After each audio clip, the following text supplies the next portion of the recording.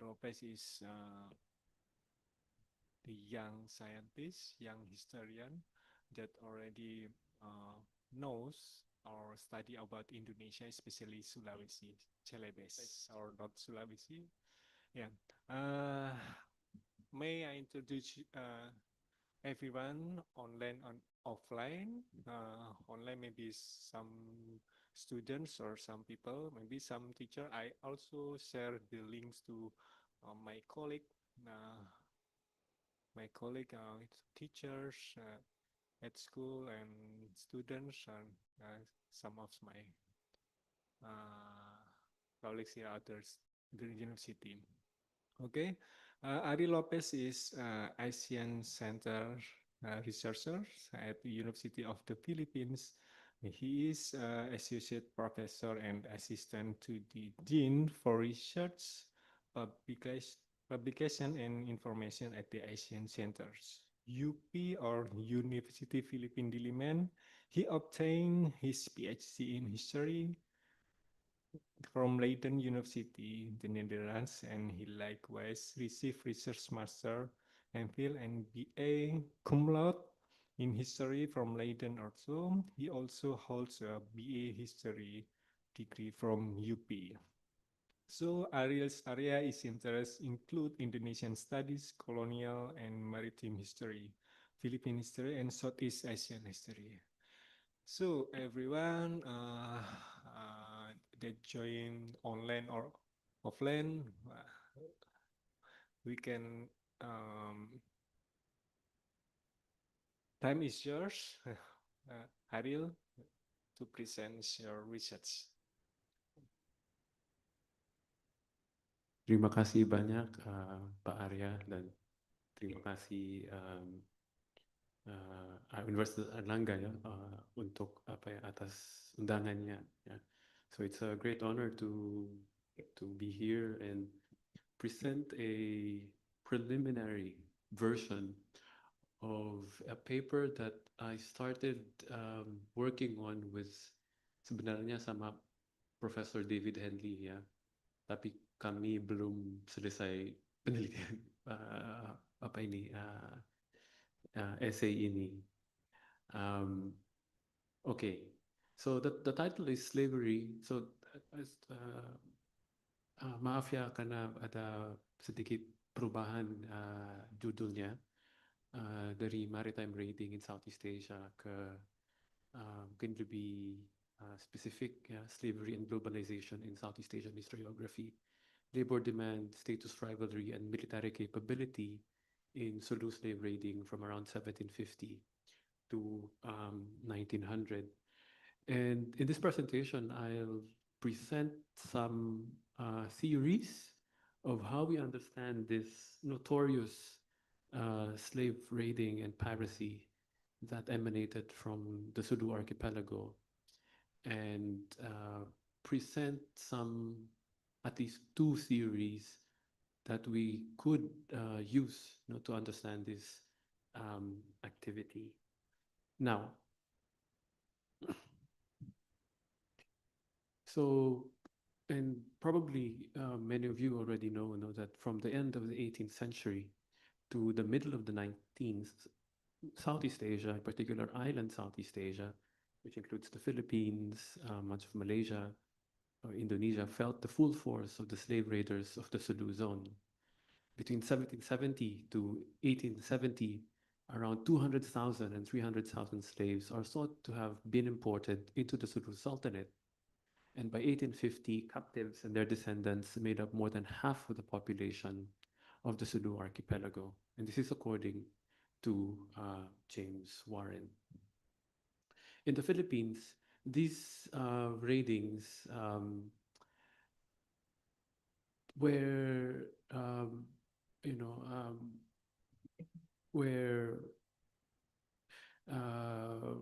took a form of defensive positions of the Spanish colonial empire. And this could be gleaned up to the present, where you have numerous forts, benteng di seluruh pantai Philippines sampai sekarang ya.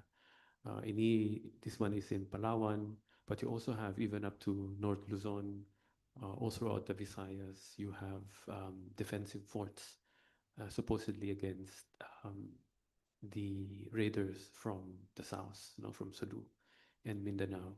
And even the churches, Spanish colonial churches, especially those that are uh, located along the coast, take the form of being a fort. No? So the idea is whenever you have slave raiders coming in from the sea and people living on the sea, they could seek refuge in either the military fort or the churches. And you see this is an example of a church in Iloilo, in Miagao, that doubles. No? So at the same time, it's a church, but it's also a watchtower. Yeah, so it's high, but and also several stories I think of raiders attacking this town in Iloilo in Miagao, and people seeking refuge inside the church, right? So it's one of those um, legacies, right?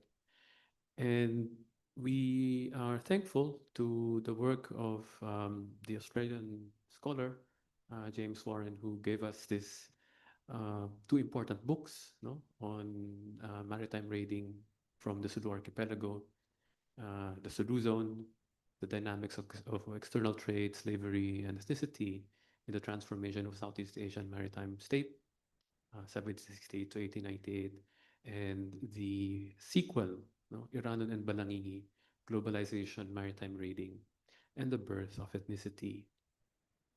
In Indonesian historiography, we are, of course, also very thankful to the late scholar, no, historian from Minahasa, Pa Adrian Lapian, whose book Orang Laut, Bajak Laut, Raja Laut, Sejarah Kawasan Laut Sulawesi Abad 19 is an important reference book, no, from the perspective of Indonesia, especially from the perspective of someone from North Sulawesi, about these maritime raiding.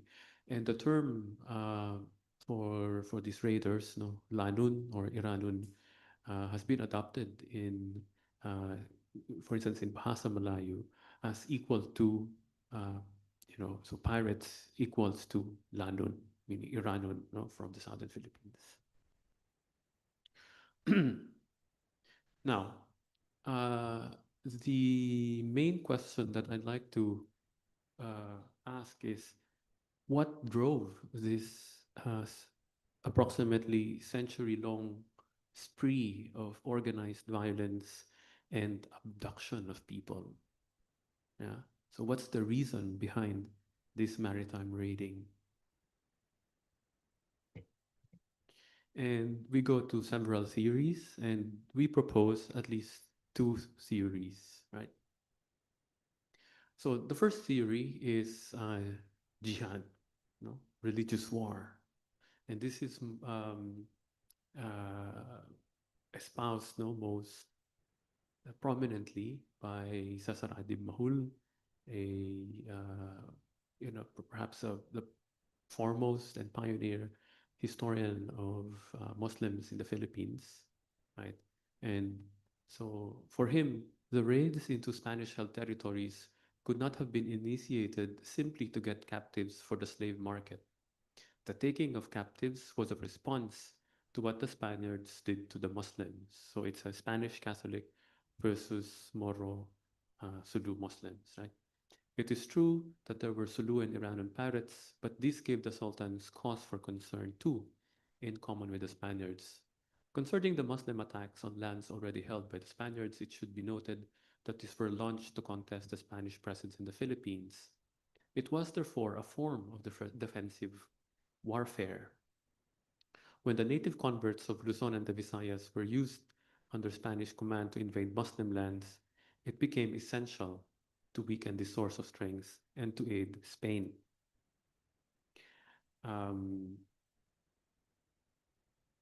Okay, I think there's clearly in these wars, piracy was not the main issue. So the main issue was religion.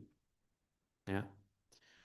But if we look at, so there's more jihad actually. So This is a historical atlas of Southeast Asia from Pluvier. And look at the terminology, no? So in the atlas, you can see Muslim, uh, what does it say? Muslim attacks and raids, right? So there's a religious, no, adjective, a religious reference. But it is quite obvious, no, that slave raiding, and I said earlier, it happened throughout island Southeast Asia. It wasn't only Christians, nor only Spanish subjects or Filipinos who were captured as slaves. This is quite evident in Robert Lib Cribb's Historical Atlas of Indonesia, slaving in the Indonesian archipelago from 16th to 18th century. The slave raiders from the southern Philippines went as far as the Straits of Malacca, right? Went as far as the Moluccas, went as far as the coast of Kalimantan and Java. So it wasn't only Christians or Catholics, right? Also fellow Muslims and people of non-Christian or non-Muslim background.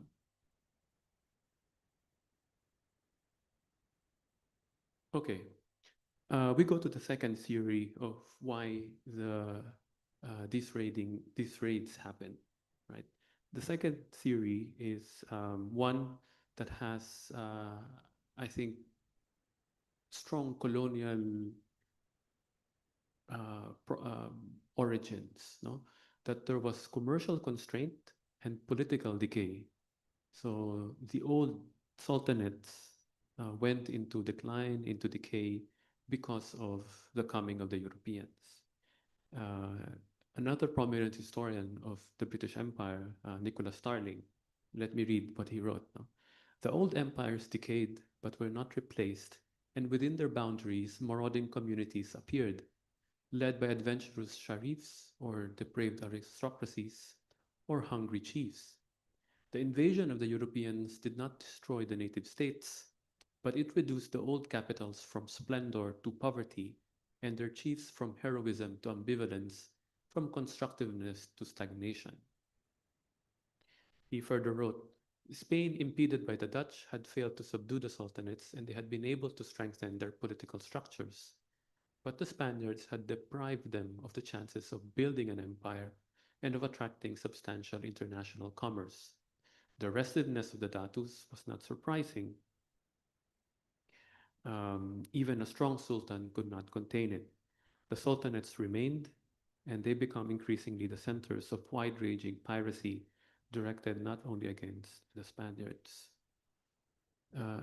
The reference books, on Southeast Asian history, In Search of Southeast Asia by Steinberg, also points into political decay, the decline of the sultanates as the reason for these maritime raiding.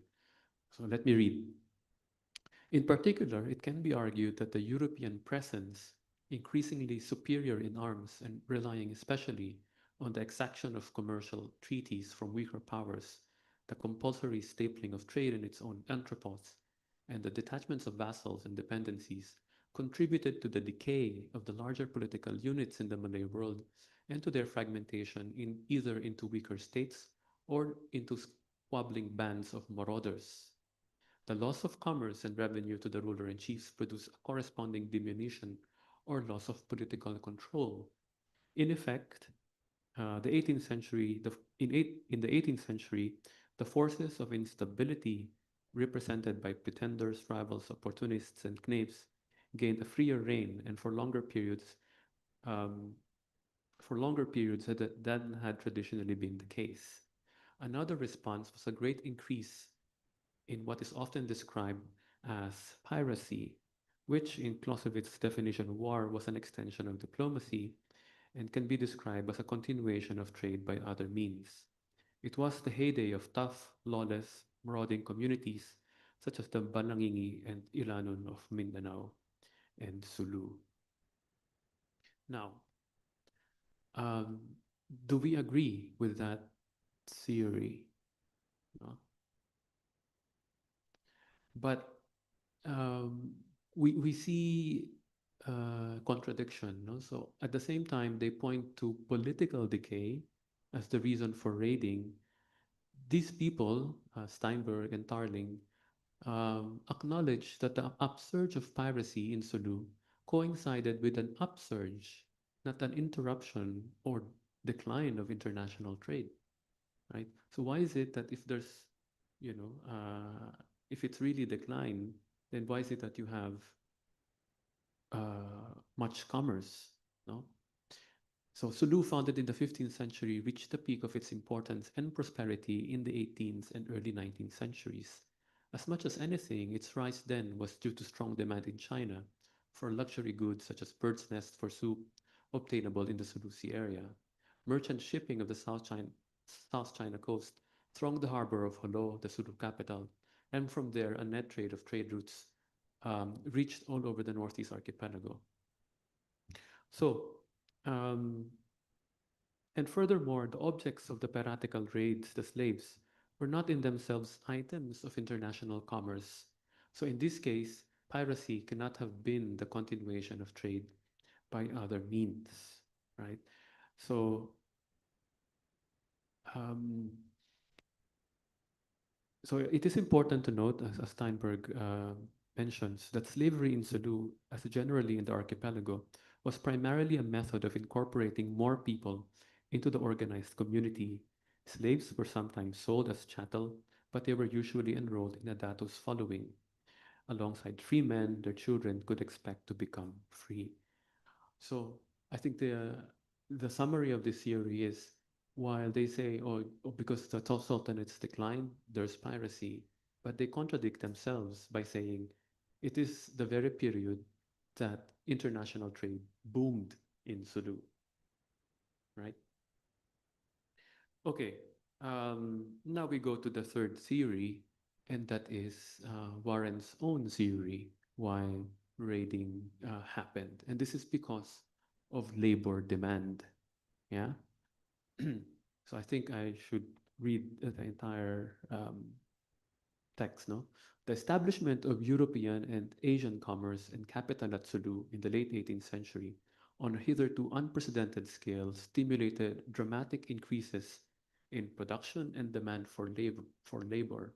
Slave labor in the tripang, yeah, and pearl fisheries helped to provide the products introduced into the external trade. By the dawn of the 19th century, slavery and slave raiding were fundamental to the state. The Tausug aristocracy depended for its prosperity on the labor of slaves and sea raiders who fished for tripang, secured pearls, and manned the fleets. More than anything else, it was this source and application of labor that was to give Sulu its distinctive predatory character in the eyes of Europeans, past and present, as a pirate and slave state. Right. So in Warren's view, right, because the impetus, the reason for slave raiding is to gather labor, right? So the slave, because he views it in a capitalist mode of production, no?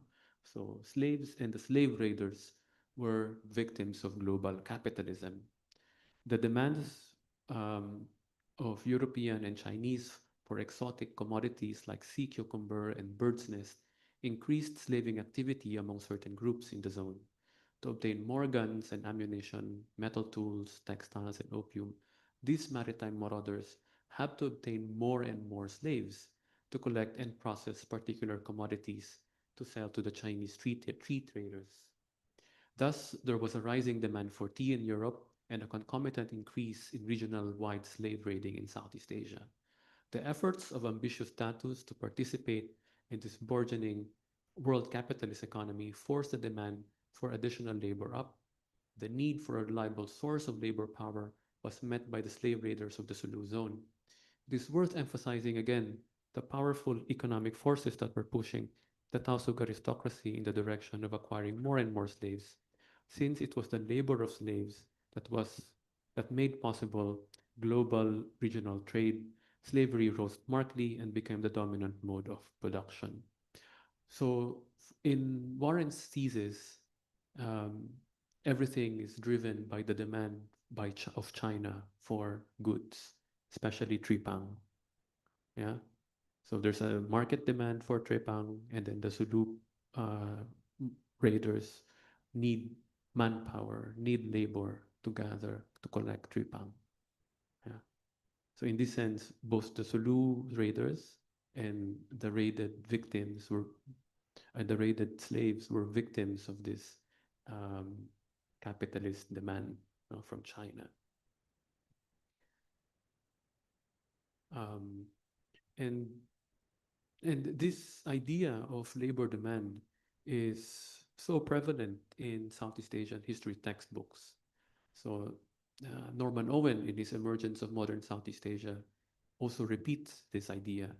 So he writes, indeed, the renewed Muslim raids after 1750, spurred in part by Sulu's rising trade with China, which created a demand for more slave labor, raised fears within the Christian community, and threatened the stability of the colony well into the 19th century.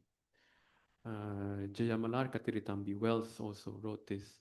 Valuable as a source of labor and loyal service, slaves formed an integral part of commerce and urbanization.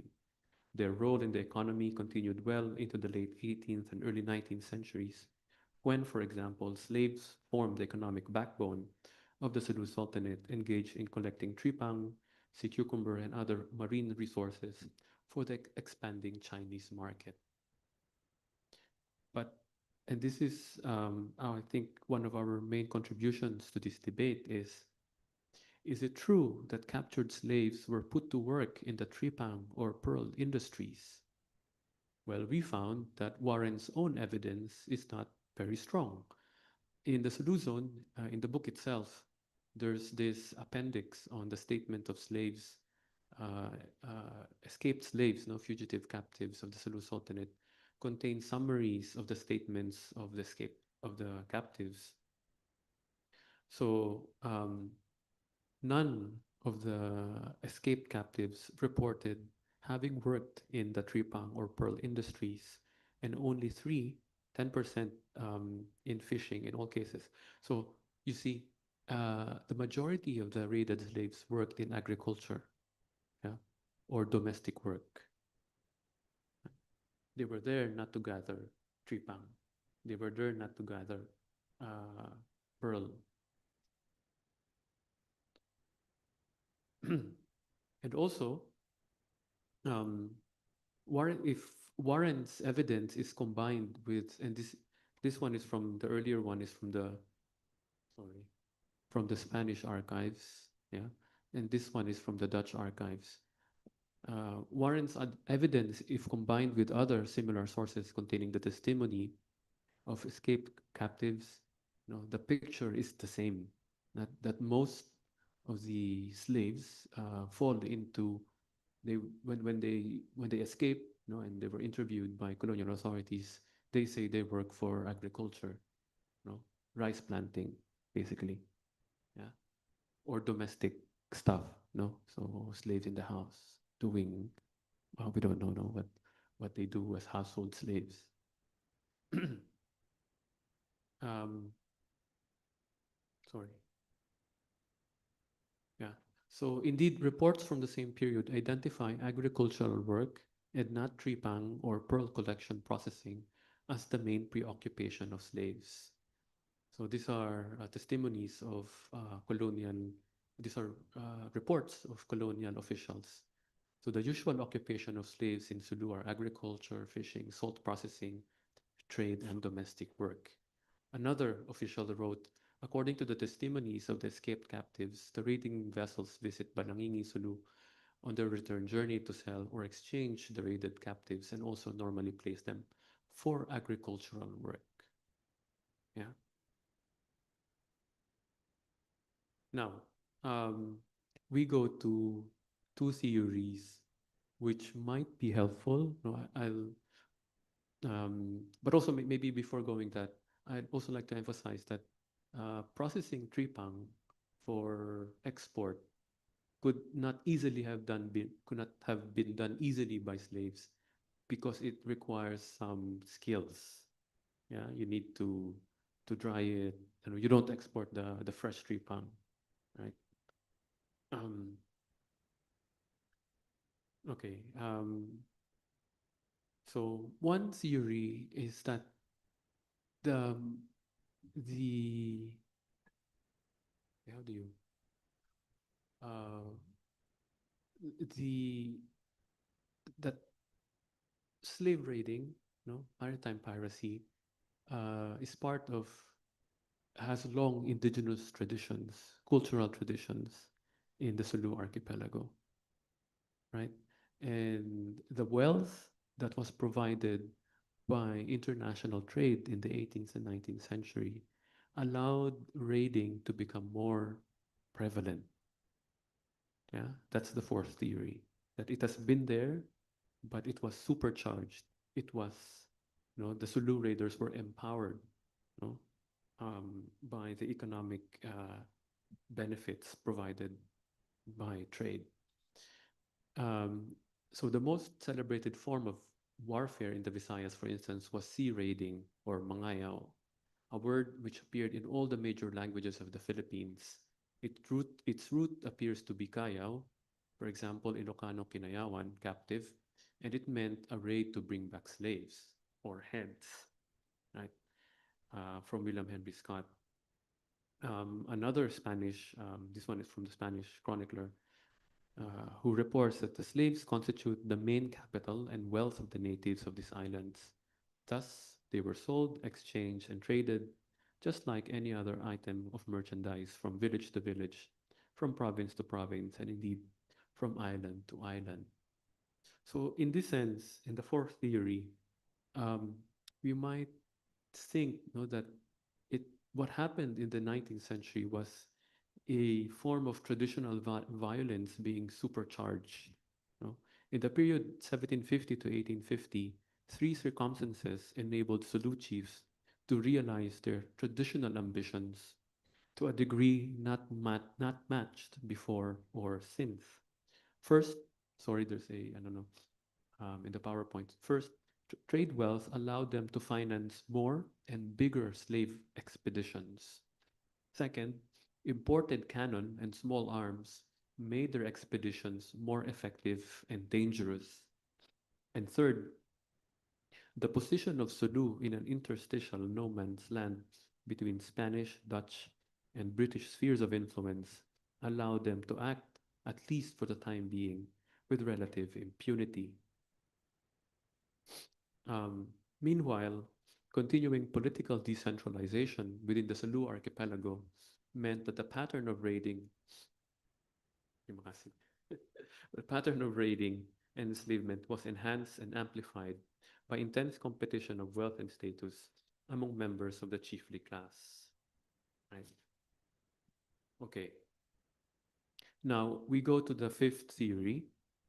Um, if you remember, the second theory was about the sultanates in decline, yeah, in political and economic decline. That's why you have piracy.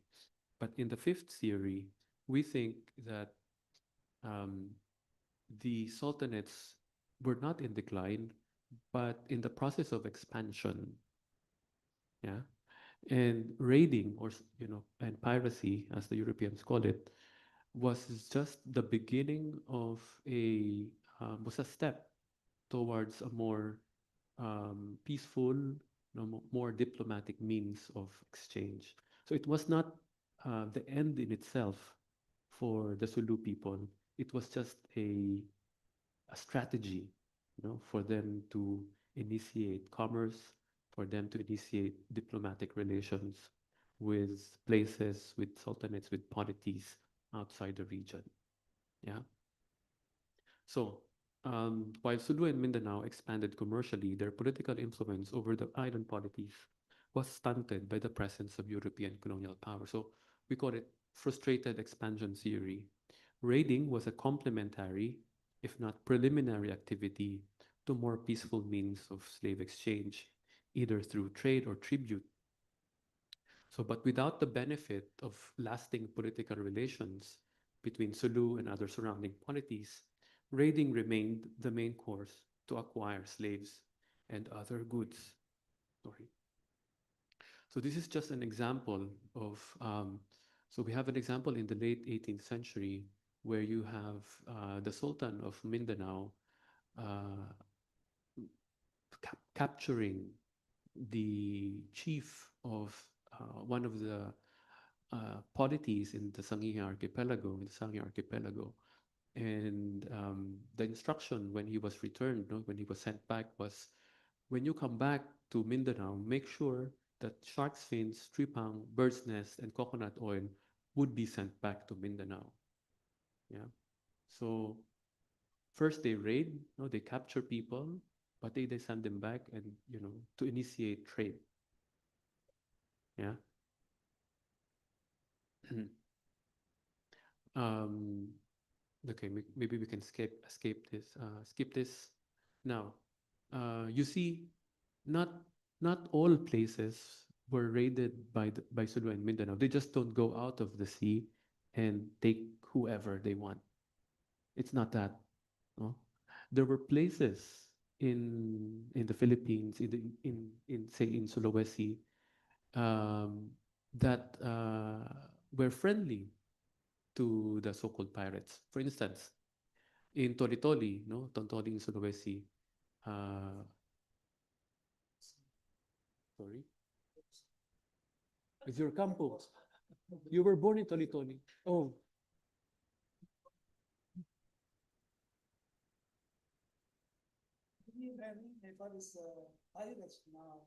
oh yeah. Maybe. So this is what Pa Adrian wrote. Before the end of the 18th century, Toli-Toli is already known as a pirate base. And by the beginning of the 19th century, there were 3,000 Iranian people with up to 60 praus used exclusively for Mangayo. But according to colonial archives, you cannot read it here properly. It's cut here. Even though the Tori-Tori people venture into fishing, the Tontoliris, the Tori-Tori people, were never raided by the Maguindanao. Yeah. So there must have been some sort of relationship, political or economic, between these people. Yeah. So just a summary, perhaps. No. So we have debunked jihad theory. We have debunked the political decay theory. We have debunked the labor demand theory of Warren. And the fourth one is actually David's theory, which I don't completely agree. It's a continuity of indigenous traditional violence. And my theory is a frustrated expansion theory, meaning these sultanates were expanding, but because they couldn't establish political relations due to colonial impediments, then they resort to traditional raiding. So yeah, thank you very much. I hope you have questions. Yeah, yeah. Thank you very much, Ariel. Today ini olahraga otak ya. Today we talk about theories and abstract issues and wow. Um, yeah, I think we hope there are warm discussion between us and via online or offline. You make comments, give comments, or make questions for Ariel, yeah, about Sulu, about theories of capitalism, global capitalism, slavery, and so on. Is this complex situation at the time that the historians interpreted with several point of views that you make expansion theories and frustrated expansion theories and what's the second one? What is your theory? I forgot the fourth one. Political decay. Yeah. Yeah. We can open the questions, Pak. Is there any questions, Pak Sarkawi? Mungkin dari Toli-Toli, Pirates.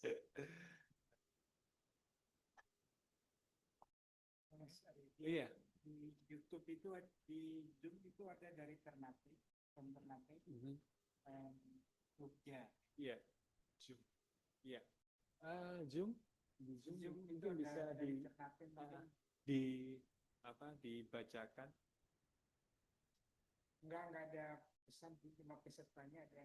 Oh, yeah, yeah. Several audience from Ternate, Sulawesi, East Java, for sure.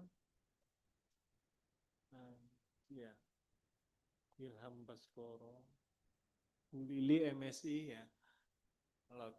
Because Bu Umi, yeah, yeah, yeah, yeah, yeah.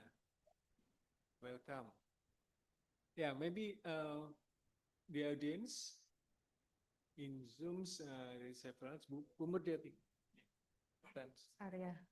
I would like to ask Arya, nice topic and interesting topic. And I'm curious about contribution.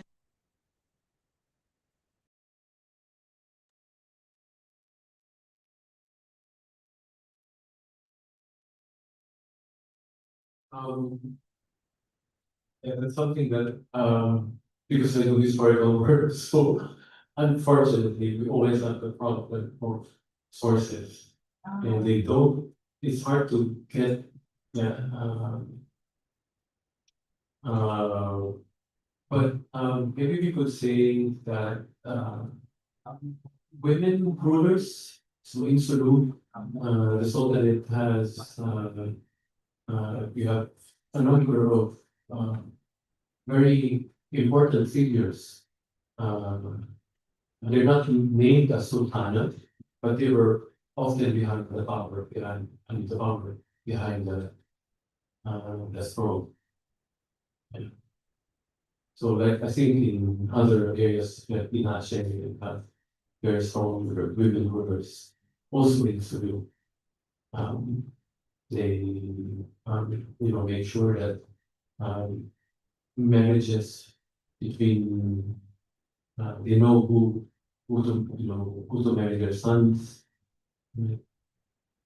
Because they carry the status.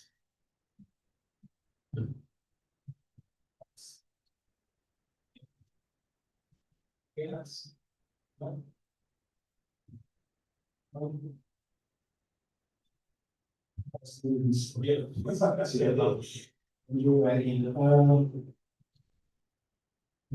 Kalau budak itu kan identik dengan kebutuhan nafkah ya. Dan kebutuhan itu pasti berdorongan pada pemerintah kebutuhan kita saat. Nah, artinya di kawasan sekitar pimpinan di sekitar itu padahal komunitas tadi yang terkait sebagian pure kemudian tekstil. Nah, saya tidak melihat pada spices itu yang diperjuangkan karena yang ke-17, saya kira 17, 18, saya kira cengkeh juga sudah tapi di mana di Sulawesi Utara dan saya kira ini juga menunjukkan baik selain menjadi lain. Jadi saya tidak melihat agar kita menemukan yang wajar menjadi keturunan itu kemudian pimpinan yang penting seperti ini sampai di sini mungkin untuk tujuh jalur lain selain Jawa ya. Maluku kemudian Sulawesi, Jawa, Israel Malangkas begitu. Kita hanya ada di Indonesia seperti terus it's just like the ISIS I think from the perspective of dari apa ya perspektif Belanda, Pilipinas Selatan khususnya Mindanao, sekarang itu sudah di Mindanao masih masuk kawasan, spice islands. They still refer to the area as part of the spice islands. And in fact, they wanted to, they had plans, no? They had, perjanjian actually, sama,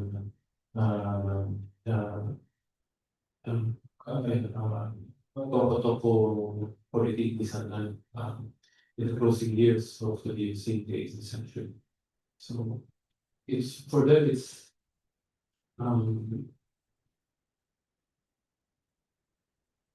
they don't want to, the spices to go to Spain, basically. So they made sure, that, so ano ba niya, ano pa yun, diplomatic letters dari, dari BOC at juga, berhubungan sama, keluarga Rasha di Mindanao, is to make sure that, you know, this exchange is not in trouble, including spices. And what is salary demands, it was, regarding this price expectation, is there a tax system at the time? Mm.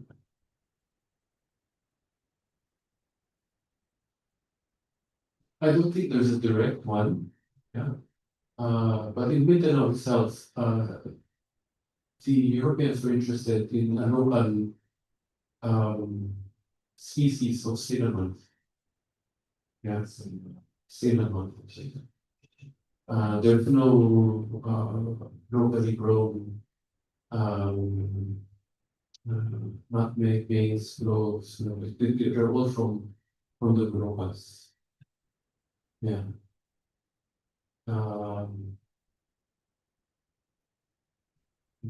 But I've written about relationship between Mindanao and Maluku in terms of religion. So you have exchanges between the sultans of Ternate and also the sultans of Sulu and Bukasang. These are, I mean, they've been writing to each other. They know, but the economic part, it's hard to you know, to reconstruct. Yeah. There are, I mean, if you go to, right, with the palaces of the sultans of Bogotalo, the palace of Stanlan, Sultan Ternate, sana masih ada apa ya, pinggalan-pinggalan and interfere, so military sultans, military sultan, Mindanao. So you have those connections. Okay, very interesting. Then mungkin Bumi ya, atau Bapak Ibu yang tadi di online bisa share ada pertanyaan buat Pak Ari. Thank you, Pak. It is so much. I interesting presentation. And thank you because for this one. So I'm not really excited because protocol is not only certain players. If the not only proper but certain place countries and always I'm curious about where the slaves mostly coming from because in Sulawesi and certain countries, a lot of slaves that were from Kalanjan, from different Buddhist, there's some Buddhist as slaves. So according to you, it's mostly from where Yeah, okay. That's a very good question. I think mostly from the Philippine archipelago. Yes, because if you look at the geography, yeah, the Philippine archipelago is more compact than the Indonesian archipelago. You need more time, you need more people to travel and break to Indonesia. But if you go to the Philippines, Visayas, these are inland seas, and they're quite. So the Spaniards, they created their own problem actually. So they have this policy of gathering people into a town, into a pueblo, right? To concentrate people, right? Because it's easier for them to get asylum tax. But when you gather people in one area along the coast, that means also they're vulnerable to raids. So many of these come from the Philippines. It's easier because it's closer, and the seas are, islands are more, they got, yeah. But if you go to, these are open seas. If you go to Maluku, I mean, we were in Sabati, and I was surprised that the sea is so calm.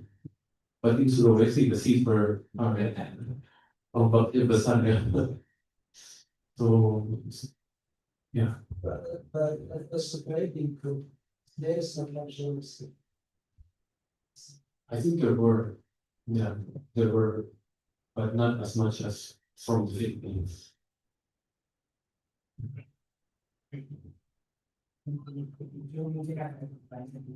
So, yeah.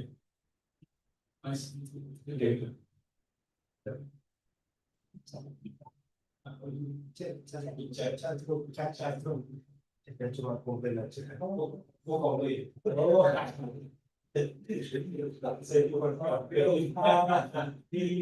Dipersilakan pakai ya. silakan boleh Open mic, microphone. Oke, terima kasih sebelumnya. Mohon maaf, tadi saya tertinggal untuk diskusinya, namun saya tiba-tiba penasaran. Kemarin juga sempat diskusi dengan Pak Laude terkait, solidaritas masyarakat maritim. Nah, saya tuh penasaran dengan, tadi sempat dibahas terkait, perombakan yang terjadi, saat itu. Nah, untuk solidaritas dari masyarakat maritim di Asia Tenggara sendiri, ketika adanya, perombakan terjadi atau ya kayak, ada bajak laut lah, itu apakah bagaimana, solidaritas masyarakat sebelum adanya kebijakan terkait, ya untuk melindungi masyarakat maritim tersebut. Mungkin itu saja, mohon maaf, sedikit belibet karena saya tiba-tiba grogi. Terima kasih. Saya ulangi lagi. Pertanyaannya apa namanya?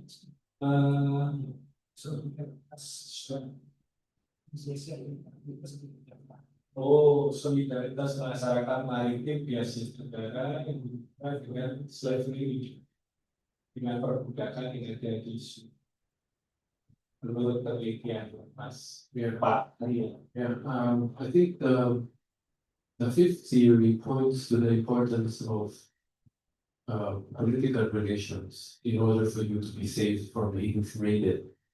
So, the examples in Tori and the example in Sanige shows that not all places were raided. If there were already exchange, tribute, or family relationship, then they were not subject to raiding. Because raiding is also very expensive. You know, it's easier to use non-violent means to acquire goods instead of raiding. Imagine how many people do you need to go and, maybe 60, 80 people in several ships? It's costly and you're not always successful. But if you already have established hierarchies of qualities that, for instance, for this quality has to give slaves to Zulu every year, five slaves, for instance. It's cheaper. And that's what they want. Slavery, I mean, grading is just satu langkah untuk diplomasi, untuk perhubungan antara kerajaan. Grading is not the end. It's just a means or something. Yeah.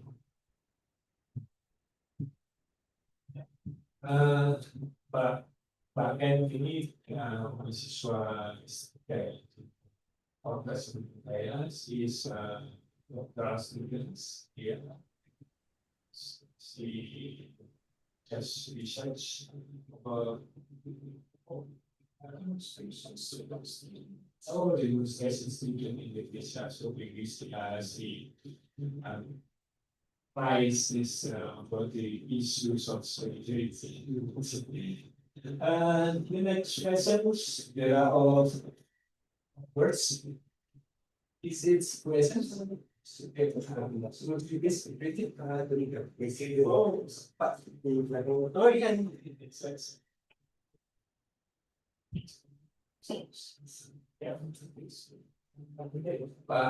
Ariel, this is next questions. My name is Castro. I want to ask questions. I heard.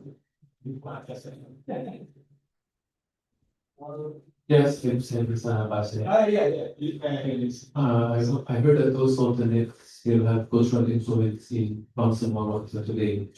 But why Philippine government not approve Sultan to special, not to put as a Sultan to special position as in the Bogdoris region, like the era Eastern Nawajo Jakarta today? There is it any relation about complex problems of Philippine terrorism and rebellion is not trying to also the Zinki Park. Terima kasih atas apa ya pertanyaannya, Mas Koko.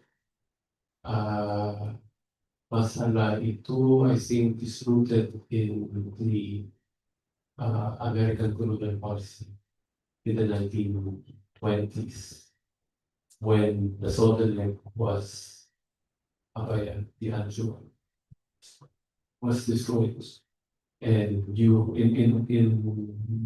and it was replaced by elected. So there's suddenly a competition given by the Americans, because they have this idea that authority has to be given has to come from the people through democratic obedience. It was applied throughout the Philippines. So they have this idea of a unitary. They don't have, like what the Dutch did, right? We have, this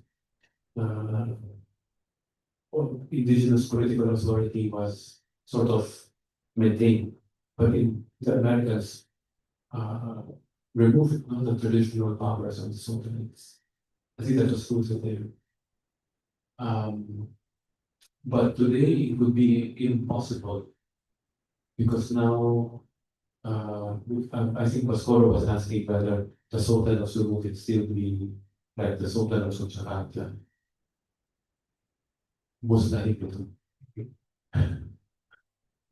Impossible, because you have already more powerful actors seperti More Islamic Liberation Front.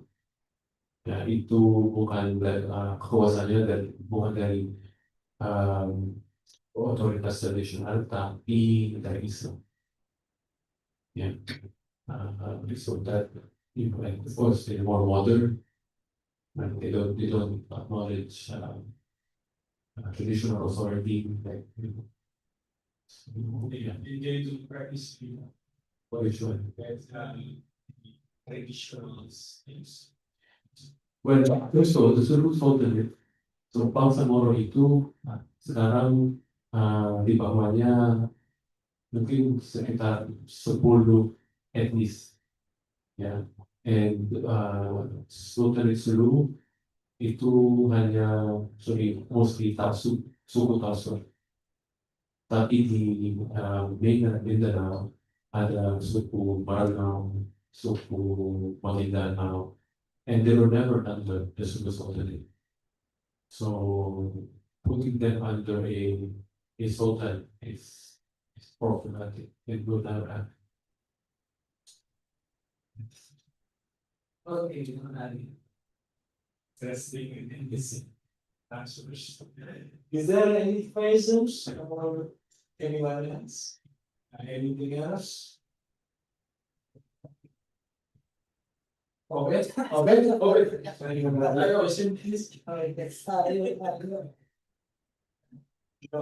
yes.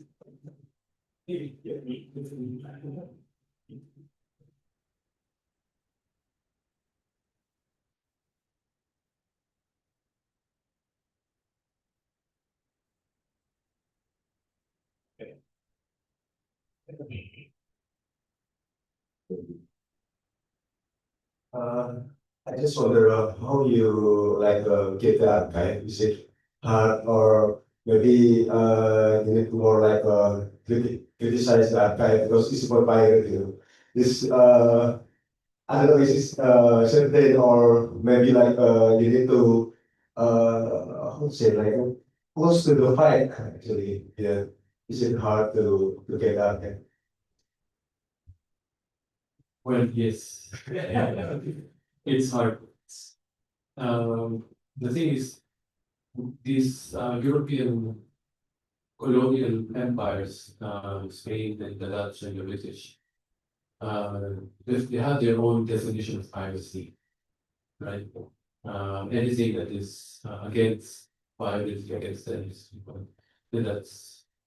But if you want to understand how this, things work, I mean, more intimately, you have to, as they say, sink a hole in against the grain. Meaning you go to different, you don't just rely on how this colonial archives were categorized. Sometimes it's, the most important sources are not in the bundles or in the folders, envelopes under pirates. Maybe they can be in envelopes or folders under, I don't know, maybe trade, maybe tax, maybe or geographic. So yeah, I think it's difficult. When you call it from Spanish, right? Both Spanish and Dutch. And you call it from Spain. Spain. Many of the Spanish archives are online, Online. like the Dutch ones. It's like there's a They have a lot of see he have a lot of archive about the Spain activity in the in the service and Philippine area. Yeah, I just know that it become archive actually. Yes. And is there any like local archive like the one who read by the Sulawesi people or Philippine people? Good question. Yes. In the National Archives of the Philippines, and we just starting, we have a small project of collecting and also translating. And these are in Sarang Araw, Jawi. Yes. Bahasa Melayu, bahasa Tausug, bahasa Mindanao. Dan juga actually di Belanda, di Madrid ada. Yes. So it's not that they don't know. So I think this one thing, this is my realization. The sultanates, whether it's Sulu, Mindanao, or what in Sulawesi, they have been in constant communication with the global powers. Very well said. There's a lot of letters. And actually, we haven't translated them. We don't know how many of them, but I'm sure there are many. So they understood each other. I'd say maybe 90%. So, yeah. Is there, I mean, I now studying treaties. I'm studying treaties. And you have this actually conflict between Philippines and Malaysia, right? About Sabah, because there is a wrong translation in that, whether it's giving away or, but I think it should be understood as if there were mistranslations, they were intentional mistranslations. They wouldn't agree to something that they don't know. They were connected to, they were talking, like the Sultan of, it's not only between Europeans and Sulu or Mindanao, but even the Sultans were communicating to each other. Right? They were writing to each other in Jawi. Yeah. Jawi Puno. And they use Bahasa Melayu. And so you also have evidence of exchange letters between Mindanao and Ternate. Yeah. So they it's part of one cultural area. And I think we haven't imagined these spaces as connected. Because I think our imagination is like, oh, this is really part of Philippines, so this part of Philippines, and then it's all. I mean, in the past it wasn't like that. Yes. And we think, oh, this Sultan, Sulu, Mindanao, they're separated. There's a lot of connections. There's a lot of evidence of, that they met each other. They call each other like, Chuchu. They use aristocratic Malay, high Malay, court Malay. And so also like Panama developed as done the lots of chat, so scenes. I also have, and you see the connection. One scene was given by Sultan Mindanao but the daughter. These connections are there. It's just that we probably ask. We should just we should ask the right question in order to get the right answers.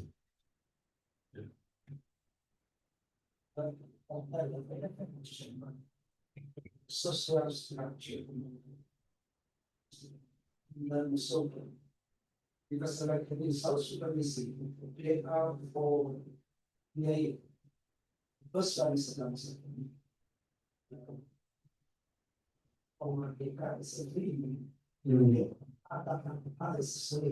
so if the social structure that is still slave, so but the in that research. Sama ada Datu, Dumatu, dan three of these things. I forgot, but it's also the three. I think that's common. And actually, the commoners, the freedmen, many of them were former aristocrats, but because they were really far from Bangsa Raja, they go down as you go through the generations, they go down the further for the aristocratic.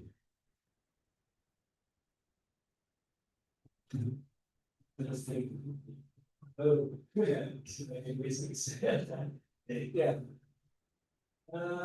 I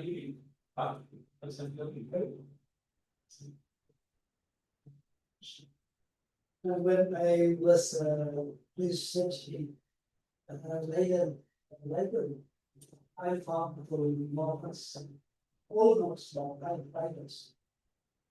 One of them is wrote by Yasir. And people back to come nothing. Saya potong tentang baca nama. Tapi Pak, memang dari apa ya? Auditor atau Saya. ya?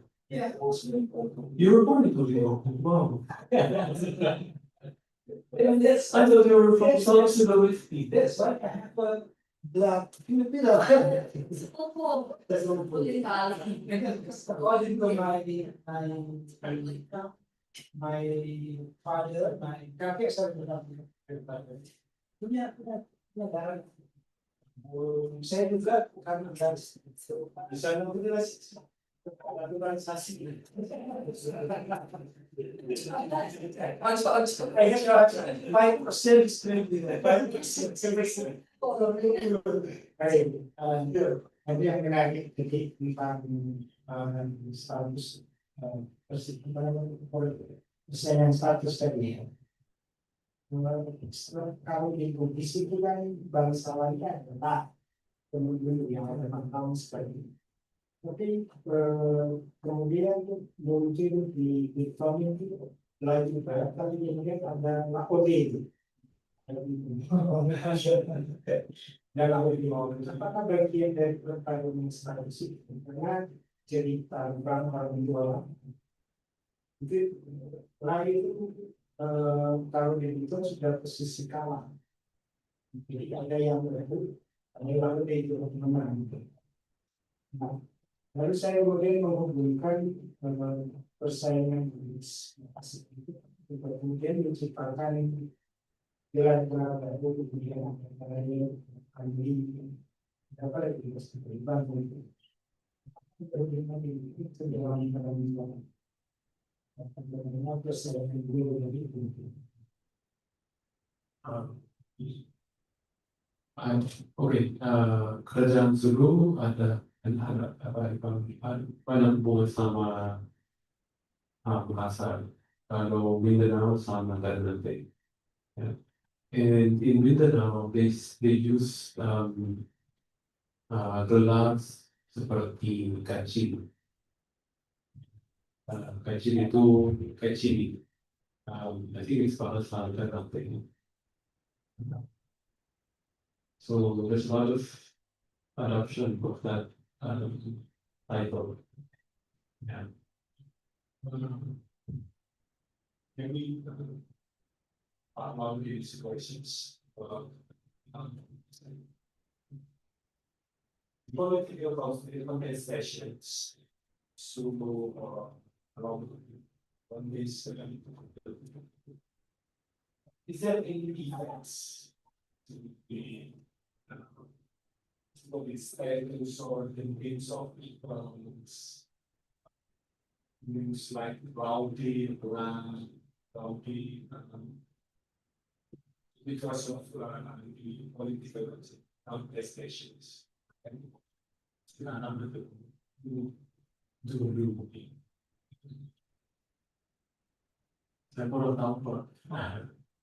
But they use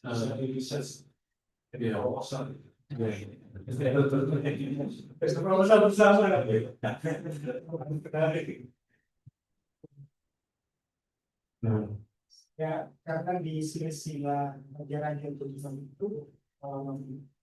itu di OB itu pertama kali di silsilah itu ada di yang jadi pahlawan sekarang itu OB pertama yang tertulis di tempat sini sebelum segera aspek dari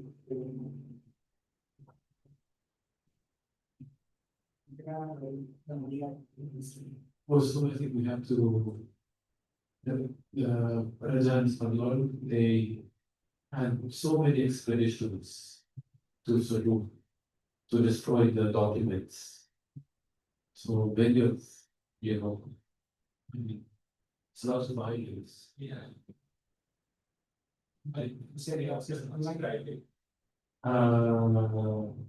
Enggak. Kalau yang dari mana enggak? Apa tapi yang dari mana lebih apa? Ya.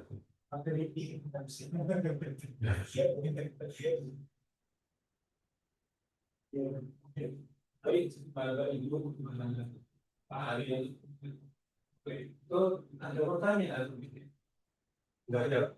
Nah, atau kita sampai gitu. Oh, langsung ada. Baik, Bapak Ibu, terima kasih sebenarnya Pak Ariel sangat banyak pertanyaan dan diskusinya ada pagi-pagi jika seorang apa langsung kita disajikan oleh banyak teori ya, banyak teori Pak Ariel yang tahun-tahun mengkaji tentang Sulawesi.